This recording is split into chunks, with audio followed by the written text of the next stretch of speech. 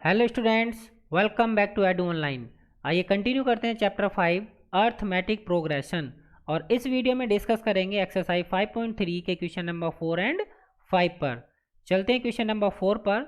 How many terms of the AP and the AP is given must be taken to give a sum of 636। इस AP के कितने term लिए जाएं कि आपका जो सम है वह 636 हो जाए। तो हम मान लेते हैं इस कंडीशन में आप क्या करेंगे, जब कभी भी आपको ऐसा करना हो कि आपको सम दिया गया है, एपी दी गई है और नंबर ऑफ टर्म्स पता करने हैं, तो आप उनको क्या करेंगे, मान लेंगे। Let there are n terms in this AP. मान लिया हमने एन टर्म्स हैं इस एपी में जिसका ये सम है। अब ये सम एन टर्म्स का है तो क्या हो जाएगा, एस एन। सबसे पहले जो हमारे पास है वो हम लिख लेते हैं। For this AP a equal to 9, d हम कैलकुलेट कर सकते हैं, A2 minus A1, 17 minus 9 it means 8। और ये जो 636 है यह क्या होगा हमारा एस एन, चूँकि हमने माना है इस एपी में एन टर्म्स हैं और एन टर्म्स हैं जिनका ये सम है, तो इट मीन्स ये सम क्या कहलाएगा, एस एन।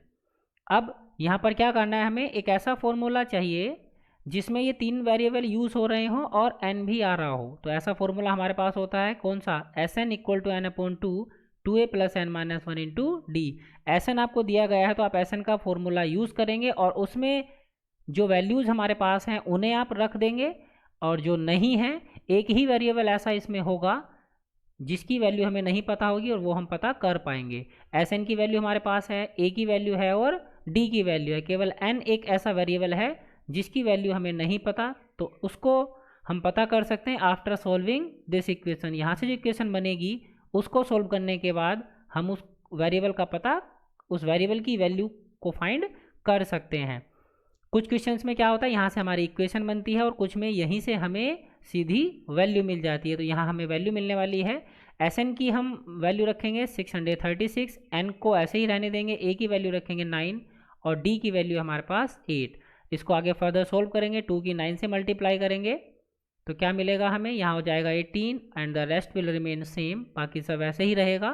अब आप क्या करेंगे, ऐसा भी कर सकते हैं आप इस 2 की मल्टीप्लाई इधर कर लें, और दूसरा यदि ये 2 यहीं एडजस्ट हो सकता है आपके राइट हैंड साइड में तो आप उसको पहले वहीं करने की कोशिश करें। कैसे, क्या यहाँ से अंदर से कुछ ऐसा कॉमन आ सकता है जिससे 2 डिवाइड हो जाए, तो आप कॉमन ले लेंगे और 2 से डिवाइड कर देंगे। जैसे आप देखेंगे यहाँ 8 है इस टर्म में और इस टर्म में क्या है, ये 18, दोनों ही इवन फैक्टर्स हैं दोनों में, तो 2 से डिवाइड हो सकते हैं। इट मीन्स 2 हम यहाँ से कॉमन लें और इस 2 से उसको डिवाइड कर दें तो क्या मिलेगा n, और जब 2 यहाँ से कॉमन लेंगे तो 9 यहाँ से बचेगा और यहाँ से क्या बचेगा, n माइनस 1 इंटू 4। इसको आप ऐसे भी समझ सकते हैं कि आप इस 2 को अंदर ले गए, जब हमारे पास ब्रैकेट के बाहर कोई नंबर होता है, अगर मल्टीप्लाई में होता है तो उससे जितने भी टर्म्स अंदर होते हैं सबकी मल्टीप्लाई करते हैं, और अगर डिवाइड में होता है तो सबको डिवाइड करेंगे। तो इस 2 से अगर 18 को डिवाइड करेंगे तब 9 मिलेगा, और n माइनस 1 इंटू 8 ये एक ही टर्म है, इसको डिवाइड करेंगे तो 4, हम इस 8 को केवल डिवाइड कर लेंगे 4, चूँकि दोनों फैक्टर हैं, फैक्टर में से आप किसी भी एक को डिवाइड कर सकते हैं। लेकिन यहाँ भी अगर प्लस होता तो फिर n माइनस 1 अपॉन 2 हम अलग लिखते और प्लस 4 हम अलग से लिखते, लेकिन चूंकि ये फैक्टर्स हैं दोनों, तो फैक्टर में से किसी एक को भी डिवाइड कर देते हैं, कर सकते हैं, हम कर सकते हैं क्या, बल्कि करते ही हैं, दोनों को ना, दोनों को डिवाइड नहीं करते हैं, फैक्टर में से किसी एक को ही डिवाइड करते हैं। अब आगे फर्दर इसको सोल्व करेंगे तो 4 के अंदर मल्टीप्लाई होगी, क्या हो जाएगा 4n माइनस 4। अब ये ब्रैकेट और सोल्व हो सकता है, दोनों लाइक टर्म है हमारे पास, सब्ट्रैक्ट हो जाएंगे, 9 में से 4 जाएगा तब 5 मिलेगा, और 5 प्लस 4 9। अब इसके अंदर मल्टीप्लाई करेंगे हम तो 5n हो जाएगा, और इसकी मल्टीप्लाई करेंगे 4n से n की तो 4n स्क्वायर। अब इस 636 को भी हम इधर ले आते हैं और फिर पूरी साइड को चेंज कर देंगे, मतलब इसको पहले हम इधर लेकर गए और फिर पूरी राइट हैंड साइड को लेफ्ट हैंड साइड में ले आए, और जो लेफ्ट हैंड साइड में 0 था उसे राइट हैंड साइड में ले गए। तो इक्वेशन क्या बनेगी, 4n square plus 5n minus 636, and this is not a linear equation, ये लीनियर इक्वेशन नहीं है। लीनियर होती तो हम यहाँ यहीं पर हमें वैल्यू मिल जानी थी, but this is a quadratic equation, and हमें पता है कि हम क्वाड्रेटिक इक्वेशन को कैसे सोल्व करते हैं। आपने सीखा है अपने प्रीवियस चैप्टर में, by splitting the middle term, factorization से भी हम इसको सोल्व कर सकते हैं। इट मीन्स 636 की मल्टीप्लाई 4 से करेंगे और जो आएगा उसके ऐसे फैक्टर जिनका डिफरेंस 5 हो, तो वो क्या होंगे आपके 53 एंड 48। अब 53 माइनस 48 मतलब 5 ही आएगा आपका। हम केवल फॉर्म चेंज कर सकते हैं, वैल्यू चेंज नहीं कर सकते। तो केवल हमने फॉर्म चेंज की, 5 को हमने लिखा 53 माइनस 48, तो वैल्यू पर कोई फर्क नहीं पड़ा। अब ये n के अंदर हम मल्टीप्लाई कर लेंगे तो 53n माइनस 48n हो जाएगा। अब ग्रुपिंग करेंगे, इन दो का ग्रुप उसमें से कॉमन, इन दो का ग्रुप उसमें से कॉमन, तो यहाँ से क्या हाईएस्ट कॉमन फैक्टर होगा इन दोनों में? यस, n ही कॉमन लिया जा सकता है। न्यूमेरिकल फैक्टर में तो कुछ कॉमन है नहीं, और तो वेरिएबल की लीस्ट पावर हम कॉमन लेते हैं, तो n हमने कॉमन लिया, तो यहाँ से क्या बचेगा 4n, और यहाँ से बचेगा आपका प्लस 53। अब 4n प्लस 53 ही हमें यहाँ दूसरे ब्रैकेट में बनाना होता है, सेम एज अ हेयर, जैसा ये ब्रैकेट है वैसे ही हमने यहाँ बनाना है, तो उसी के हिसाब से हमने माइनस प्लस कॉमन लेने होते हैं। तो यहाँ पर दोनों हमारे पॉजिटिव हैं और यहाँ दोनों ही टर्म निगेटिव है, तो एक तो माइनस का साइन हमें कॉमन लेना है, और दूसरा यहाँ 48n है और हमें 4n बनाना है। तो क्या हम कॉमन लें? इस 4n से ही इसको आप डिवाइड कर देंगे, तो क्या मिलेगा 12, मतलब आपको 12 और कॉमन लेना है। सो माइनस 12 आप कॉमन लेंगे तो यहाँ से बचेगा आपका, दोनों पॉजिटिव बचेंगे, और माइनस 12 से जब दोनों को डिवाइड करेंगे तो पॉजिटिव तो आएंगे ही, और ये जो न्यूमेरिकल कोफिशिएंट्स हैं ये भी हमारे कम हो जाएंगे। 12 4 जा 48 एंड 12 5 जा 60 एंड 12 3 जा 36। Now 4n plus 53 is common in both the term, दोनों में 4n प्लस 53 कॉमन है, और यहाँ हम लेंगे तो दूसरे ब्रैकेट में क्या मिलेगा n minus 12। So n minus 12 into 4n plus 53 equal to 0। Now we have two linear factors, either first one is 0 or second one is 0, either n minus 12 is 0 or 4n plus 53 is equal to 0. This implies n is equal to 12 or n is equal to minus 53 upon 4. Now we have the value of n, but we have two values here, दो value हैं हमारे पास, इन दोनों में दोनों भी सही हो सकती हैं और दोनों सही नहीं भी हो सकती, उसमें एक आपको नेगलेक्ट भी करनी पड़ सकती है। जैसे आप इसको देखेंगे, ये जो है आपका n is equal to minus 53 upon 4। अब n can not be, n ये नहीं हो सकता। क्यों नहीं हो सकता? क्योंकि n क्या माना था हमने? Number of terms.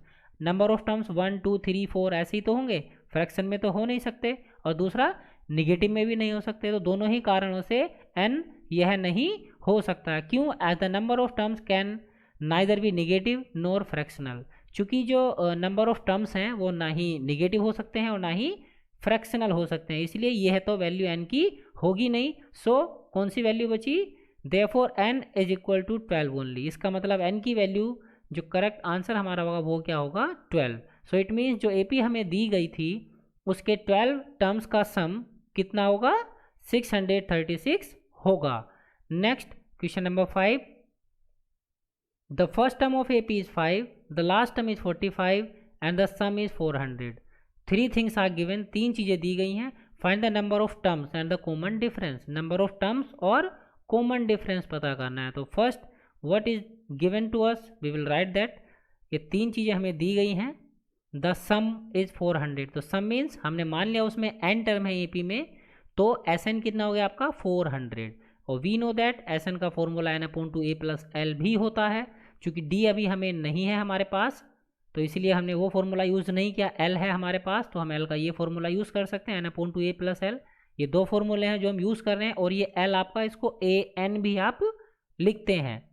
So n upon two a plus l and we have the value of Sn, a and l, तो easily we will find the value of n। आसानी से हमें n की वैल्यू मिल जाएगी। देखिए यहाँ से n ही केवल एक वेरिएबल है। अब इस 2 की मल्टीप्लाई इधर करेंगे और 5 में 45 को ऐड करेंगे तो 50 बनेगा। अब n की वैल्यू क्या हो जाएगी? 400, और ये मल्टीप्लाई में जाएगा 2 और 50 जाएगा डिवाइड में, तो n हमें क्या मिलेगा? 16। So the first answer we have got here, एक आंसर हमें मिल गया है। नेक्स्ट हमें पता करना है d, कॉमन डिफरेंस। उसके लिए आप Sn का चाहे तो फॉर्मूला यूज़ कर लें, और आप l के फॉर्मूले से भी पता कर सकते हैं। दोनों में से किसी भी रास्ते से आप जा सकते हैं। l से जाएंगे मतलब an वाला फॉर्मूला यूज़ करेंगे तो थोड़ा कैलकुलेशन आपके लिए आसान हो जाएगी, और आप Sn वाले से भी कर सकते हैं। So l equal to a plus n minus 1 into d. अब l की वैल्यू हमारे पास है, a की है और n की भी आ गई है, तो d की हम कैलकुलेट कर सकते हैं आसानी से। जस्ट रिप्लेस दैम, 16 माइनस 1 15 हो जाएगा, और ये 5 इधर जाकर सब्ट्रैक्ट हो जाएगा। So D will be equal to 40/15 और इसको अगर हम डिवाइड करेंगे 5 से डिवाइड हो सकते हैं दोनों ही न्यूमरेटर और denominator, the result will be 8/3। सो इस तरह से हम जो मिसिंग हमारी क्या कहना चाहिए ये एलिमेंट्स होते हैं, कॉमन डिफरेंस या नंबर ऑफ टर्म्स या सम ऑफ n टर्म्स या फिर किसी भी एपी का फर्स्ट टर्म, ये हम पता कर सकते हैं अगर सफिशिएंट हमें जो डेटा है वो प्रोवाइड किया गया हो। इसके लिए आपके मैक्सिमम यही फॉर्मूले यूज़ हो रहे हैं, an और sn। sn के आपके दो फॉर्मूले हैं, दोनों आपको याद होने चाहिए, और an और l वो दोनों एक ही हैं, वो आपको याद होने चाहिए। सो इस वीडियो में इतना ही। नेक्स्ट वीडियो में डिस्कस करेंगे हम इस एक्सरसाइज के अनदर 2 प्रॉब्लम पर। उम्मीद करता हूँ आपको वीडियो पसंद आई होगी। पसंद आई हो तब वीडियो को लाइक, कमेंट और शेयर करना ना भूलें, और यदि आप चैनल पर नए हैं तब चैनल को सब्सक्राइब कर लीजिए, और साथ ही साथ बेल आइकन के बटन पर क्लिक करने के बाद ऑल पर क्लिक करना ना भूलें, ताकि आने वाली वीडियोज़ के नोटिफिकेशन आपको मिलते रहें। Thank you for watching edu online.